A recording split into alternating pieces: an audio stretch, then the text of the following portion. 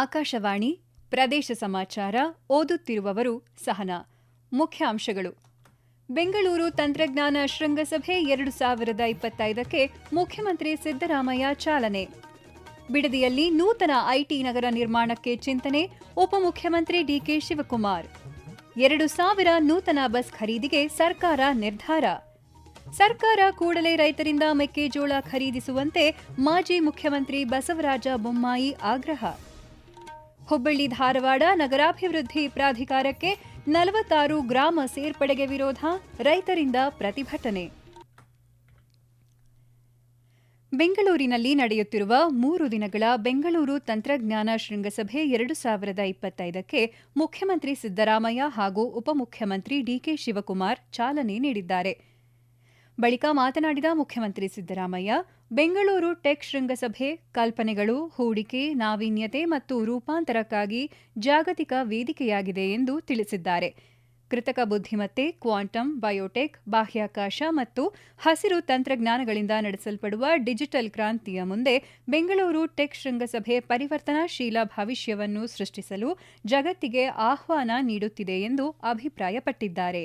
ಕರ್ನಾಟಕ 85 ವಿಶ್ವವಿದ್ಯಾಲಯಗಳು, 243 ಇಂಜಿನಿಯರಿಂಗ್ ಕಾಲೇಜುಗಳು ಮತ್ತು 1,800 ಐಟಿಐಗಳಿಗೆ ನೆಲೆಯಾಗಿದೆ ಎಂದು ತಿಳಿಸಿದ್ದಾರೆ.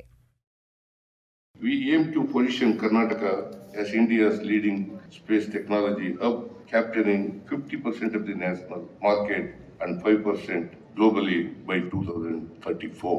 The new startup policy is being launched, and this policy aims to enable the creation of 25,000 startups over the next 5 years through strategic interventions in funding, market success, infrastructure, talent development, and social inclusion. ಸಮಾರಂಭದಲ್ಲಿ ಸಚಿವರಾದ Priyank Kharge, MB Patil, Norway ಆರೋಗ್ಯ ಸಚಿವ Jan Christian Vestre, Germany Bavarian state parliament president Ilse Aigner, ಶಾಸಕ ಕಿಯೋನಿಸ್ ಅಧ್ಯಕ್ಷ ಶರತ್ ಬಚ್ಚೇಗೌಡ, ಇನ್ಫೋಸಿಸ್ ಸಹ ಸಂಸ್ಥಾಪಕ Chris Gopalakrishna, Biocon ಮುಖ್ಯಸ್ಥೆ ಡಾ ಕಿರಣ್ ಮಜುಂದಾರ್ ಶಾ ಸೇರಿದಂತೆ ಹಲವು ಗಣ್ಯರು ಉಪಸ್ಥಿತರಿದ್ದರು. ಶೃಂಗಸಭೆಯಲ್ಲಿ 50ಕ್ಕೂ ಹೆಚ್ಚು ದೇಶಗಳ ತಂತ್ರಜ್ಞಾನ ಪರಿಣಿತರು, ನಾಯಕರು, ವಿವಿಧ ಕ್ಷೇತ್ರಗಳ ಉದ್ಯಮಿಗಳು ಪಾಲ್ಗೊಳ್ಳಲಿದ್ದಾರೆ. ಆಧುನಿಕ ಕೈಗಾರಿಕೋದ್ಯಮಗಳ ಮಹತ್ವವನ್ನು ಅರಿತಿರುವ ರಾಜ್ಯ ಸರ್ಕಾರ 200 ಎಕರೆ ಜಾಗದಲ್ಲಿ ಸೆಮಿಕಂಡಕ್ಟರ್ ಪಾರ್ಕ್ ಅಭಿವೃದ್ಧಿಪಡಿಸಲಿದೆ ಎಂದು ಬೃಹತ್ ಮತ್ತು ಮಧ್ಯಮ ಕೈಗಾರಿಕಾ ಸಚಿವ ಎಂಬಿ ಪಾಟೀಲ್ ತಿಳಿಸಿದ್ದಾರೆ. ಬೆಂಗಳೂರು ತಂತ್ರಜ್ಞಾನ ಸಮಾವೇಶದ ಉದ್ಘಾಟನಾ ಸಮಾರಂಭದಲ್ಲಿ ಮಾತನಾಡಿದ ಅವರು, ಬೃಹತ್ ಮತ್ತು ಮಧ್ಯಮ ಕೈಗಾರಿಕಾ ಇಲಾಖೆಯು ಮುಂಚೂಣಿ ತಂತ್ರಜ್ಞಾನ ಕಂಪನಿಗಳಿಂದ ಹಾಗೂ ಹೂಡಿಕೆದಾರರಿಂದ ಬಂಡವಾಳ ಹೂಡಿಕೆಯನ್ನು ಆಕರ್ಷಿಸಲು ಆದ್ಯತೆ ನೀಡಿದೆ ಎಂದು ತಿಳಿಸಿದ್ದಾರೆ. ರಾಜ್ಯದಲ್ಲಿ 800ಕ್ಕೂ ಹೆಚ್ಚು ಸಂಶೋಧನಾ ಕೇಂದ್ರಗಳು, 100ಕ್ಕೂ ಅಧಿಕ ಚಿಪ್ ವಿನ್ಯಾಸ ಕಂಪನಿಗಳು ಮತ್ತು 18,300 ನವೋದ್ಯಮಗಳು ಇವೆ. ನಮ್ಮಲ್ಲಿರುವ ಸಂಶೋಧನಾ ಕೇಂದ್ರಗಳು ಕೃತಕ ಬುದ್ಧಿಮತ್ತೆ, deep tech, quantum computing, space tech ಮುಂತಾದ ಅತ್ಯಾಧುನಿಕ ಕ್ಷೇತ್ರಗಳಲ್ಲಿ ತೊಡಗಿಸಿಕೊಂಡಿವೆ ಎಂದು ಹೇಳಿದ್ದಾರೆ. ಬೆಂಗಳೂರು ದಕ್ಷಿಣದ ಬಿಡದಿಯಲ್ಲಿ ನೂತನ ಐಟಿ ನಗರ ನಿರ್ಮಾಣಕ್ಕೆ ಚಿಂತನೆ ನಡೆಸಲಾಗಿದೆ ಎಂದು ಉಪಮುಖ್ಯಮಂತ್ರಿ ಡಿಕೆ ಶಿವಕುಮಾರ್ ತಿಳಿಸಿದ್ದಾರೆ. ಬೆಂಗಳೂರಿನಲ್ಲಿಂದು ಸುದ್ದಿಗಾರರೊಂದಿಗೆ ಮಾತನಾಡಿದ ಅವರು, ರಾಜ್ಯದಲ್ಲಿ ಬಿಲಿಯನ್ ಡಾಲರ್ ಗಟ್ಟಲೆ ಬಂಡವಾಳ ಹೂಡಿಕೆಗೆ ನಾನಾ ದೇಶದ ನಾಯಕರುಗಳು ಮುಂದೆ ಬಂದಿದ್ದಾರೆ ಎಂದು ಹೇಳಿದ್ದಾರೆ. ಕಂಪನಿಗಳಿಗೆ ಪ್ರೋತ್ಸಾಹ ನೀಡಿದರೆ ಇಲ್ಲಿನ ಪ್ರತಿಭೆಗಳು, ಹೊಸ ಆವಿಷ್ಕಾರ, ತಂತ್ರಜ್ಞಾನ, ನವೋದ್ಯಮಗಳು ರಾಜ್ಯವನ್ನು ಹೊಸ ದಿಕ್ಕಿನೆಡೆಗೆ ಕೊಂಡೊಯ್ಯಲಿವೆ ಎಂದು ಸ್ಪಷ್ಟಪಡಿಸಿದ್ದಾರೆ. ಐಟಿ ಸಚಿವ ಪ್ರಿಯಾಂಕ್ ಖರ್ಗೆ ಹಾಗೂ ಕಿಯೋನಿಕ್ಸ್ ಜವಾಬ್ದಾರಿ ಹೊತ್ತಿರುವ ಶರತ್ ಬಚ್ಚೇಗೌಡ ಅವರು ಅತ್ಯುತ್ತಮವಾಗಿ ಕಾರ್ಯನಿರ್ವಹಿಸುತ್ತಿದ್ದಾರೆ. ಬೆಂಗಳೂರು ಟೆಕ್ ಸಮ್ಮೇಳನದ ಮೂಲಕ 3 ದಿನಗಳ ಕಾಲ ಭವಿಷ್ಯದ ಬಗ್ಗೆ ಚರ್ಚಿಸಲಾಗುವುದು ಎಂದು ಸ್ಪಷ್ಟಪಡಿಸಿದ್ದಾರೆ. ಪ್ರಯಾಣಿಕರ ಅನುಕೂಲಕ್ಕಾಗಿ ಈ ವರ್ಷ 2,000 ನೂತನ ಬಸ್ಗಳನ್ನು ಖರೀದಿಸಲು ತೀರ್ಮಾನಿಸಲಾಗಿದೆ ಎಂದು ಸಾರಿಗೆ ಸಚಿವ ರಾಮಲಿಂಗಾರೆಡ್ಡಿ ತಿಳಿಸಿದ್ದಾರೆ. ಚಿಕ್ಕಮಗಳೂರು ನಗರದಲ್ಲಿಂದು ನೂತನ ಗ್ರಾಮಾಂತರ ಬಸ್ ನಿಲ್ದಾಣ ಕಟ್ಟಡಕ್ಕೆ ಶಂಕುಸ್ಥಾಪನೆ ನೆರವೇರಿಸಿದ ಬಳಿಕ ಸುದ್ದಿಗಾರರೊಂದಿಗೆ ಮಾತನಾಡಿದ ಅವರು, ಈಗಾಗಲೇ ಸರ್ಕಾರ 5,800 ನೂತನ ಬಸ್ಗಳನ್ನು ಖರೀದಿಸಿ ಸಂಚಾರಕ್ಕೆ ವ್ಯವಸ್ಥೆ ಮಾಡಿದೆ. ಈ ವರ್ಷ 2,000 ನೂತನ ಬಸ್ಗಳನ್ನು ಖರೀದಿಸಿ ರಾಜ್ಯದಲ್ಲಿ ಅಗತ್ಯ ಇರುವೆಡೆಗೆ ನೀಡಲಾಗುವುದು ಎಂದು ಸ್ಪಷ್ಟಪಡಿಸಿದ್ದಾರೆ.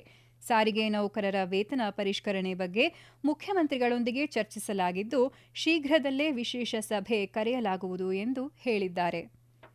ಪ್ರದೇಶ ಸಮಾಚಾರ ಕೇಳುತ್ತಿದ್ದೀರಿ.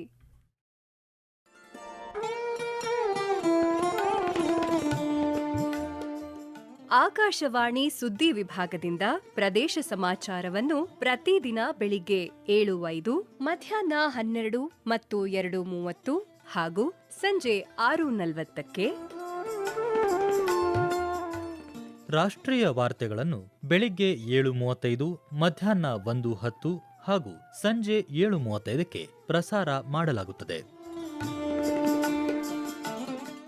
ಈ ಎಲ್ಲಾ ವಾರ್ತೆಗಳನ್ನು ನಮ್ಮ ಯೂಟ್ಯೂಬ್ ಖಾತೆ ಆಕಾಶವಾಣಿ ನ್ಯೂಸ್ ಕನ್ನಡ, ಫೇಸ್ಬುಕ್ ಖಾತೆ ಆಕಾಶವಾಣಿ ವಾರ್ತೆ ಕನ್ನಡ ಇದರಲ್ಲಿ ಆಲಿಸಬಹುದು. ನಿಖರ ಮತ್ತು ವಿಶ್ವಾಸಾರ್ಹ ಸುದ್ದಿಗಳಿಗಾಗಿ ಕೇಳಿ ಆಕಾಶವಾಣಿ ವಾರ್ತೆ. ಕೇಂದ್ರ ಸರ್ಕಾರದ ಬೆಂಬಲ ಬೆಲೆ ಯೋಜನೆಯಡಿ ಹೆಸರುಕಾಳು ಖರೀದಿ ಕೇಂದ್ರಗಳನ್ನು ರಾಜ್ಯ ಸರ್ಕಾರ ಆರಂಭಿಸಿದೆ ಎಂದು ಕಾನೂನು, ಸಂಸದೀಯ ವ್ಯವಹಾರಗಳ ಹಾಗೂ ಪ್ರವಾಸೋದ್ಯಮ ಖಾತೆ ಸಚಿವ ಎಚ್.ಕೆ. ಪಾಟೀಲ್ ತಿಳಿಸಿದ್ದಾರೆ. ಹಾವೇರಿಯಲ್ಲಿಂದು ಸುದ್ದಿಗಾರರೊಂದಿಗೆ ಮಾತನಾಡಿದ ಅವರು, ಖರೀದಿ ಕೇಂದ್ರದಲ್ಲಿನ ಮಾನದಂಡಗಳಿಂದ ರೈತರಿಗೆ ಬಹಳಷ್ಟು ಸಮಸ್ಯೆ ಉಂಟಾಗುತ್ತಿದ್ದು, ಈ ಬಗ್ಗೆ ಚರ್ಚಿಸಲು ಸಚಿವ ಸಂಪುಟದ ಉಪಸಮಿತಿ ರಚಿಸಲಾಗಿದೆ ಎಂದು ಹೇಳಿದ್ದಾರೆ. ಖರೀದಿ ಕೇಂದ್ರಗಳ ಮಾನದಂಡಗಳ ಬಗ್ಗೆ ನಾಳೆ ಸಚಿವ ಸಂಪುಟದ ಉಪಸಮಿತಿ ಚರ್ಚೆ ನಡೆಸಲಿದೆ.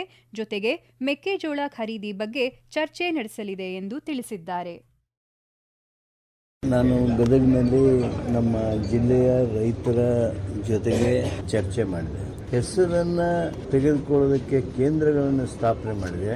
ಆದರೆ ಅದೇನು PRQ ಅಂತಾರೆ, ಆ ಮಾನದಂಡಗಳು ಬಹಳಷ್ಟು ರೈತರಿಗೆ, ಅದು ಇಂಥ ಸ್ಥಿತಿಯಲ್ಲಿ ಮಳೆ ಬಂದು ಹೆಸರು ಕಾಳನ್ನು ಕಳೆದುಕೊಂಡಿರ್ತಕ್ಕಂಥ ಸ್ಥಿತಿಯೊಳಗೆ ಬಹಳಷ್ಟು ತೊಂದರೆ ಅನುಭವಿಸ್ತಾ ಇದ್ದಾರೆ.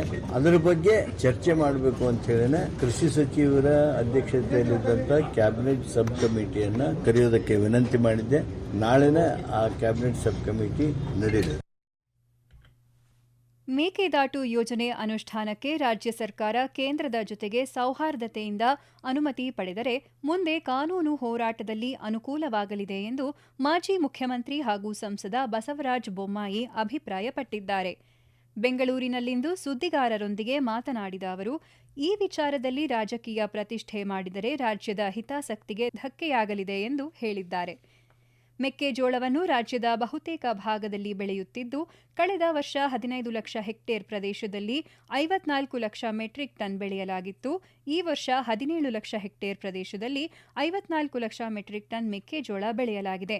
ಸುಮಾರು 2 ಲಕ್ಷ ಹೆಕ್ಟೇರ್ ಪ್ರದೇಶದಲ್ಲಿ ಬೆಳೆ ನಾಶವಾಗಿದೆ.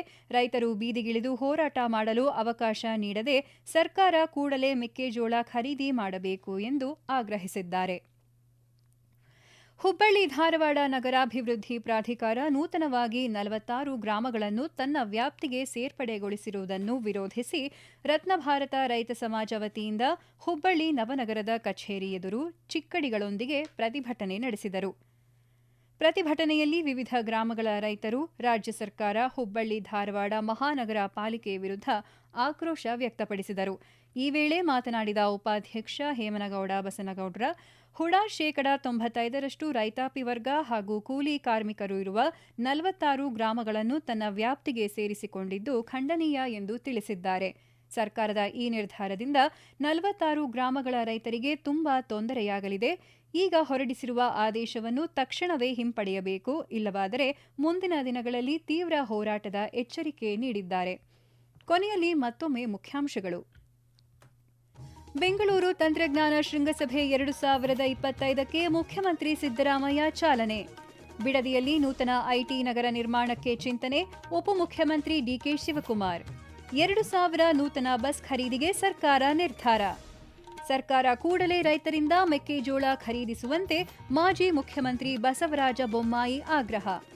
ಹುಬ್ಬಳ್ಳಿ ಧಾರವಾಡ ನಗರಾಭಿವೃದ್ಧಿ ಪ್ರಾಧಿಕಾರಕ್ಕೆ 46 ಗ್ರಾಮ ಸೇರ್ಪಡೆಗೆ ವಿರೋಧ, ರೈತರಿಂದ ಪ್ರತಿಭಟನೆ. ಇಲ್ಲಿಗೆ ಪ್ರದೇಶ ಸಮಾಚಾರ ಮುಕ್ತಾಯವಾಯಿತು. ನಮ್ಮ ಮುಂದಿನ ವಾರ್ತಾ ಪ್ರಸಾರ ಸಂಜೆ 6:40ಕ್ಕೆ.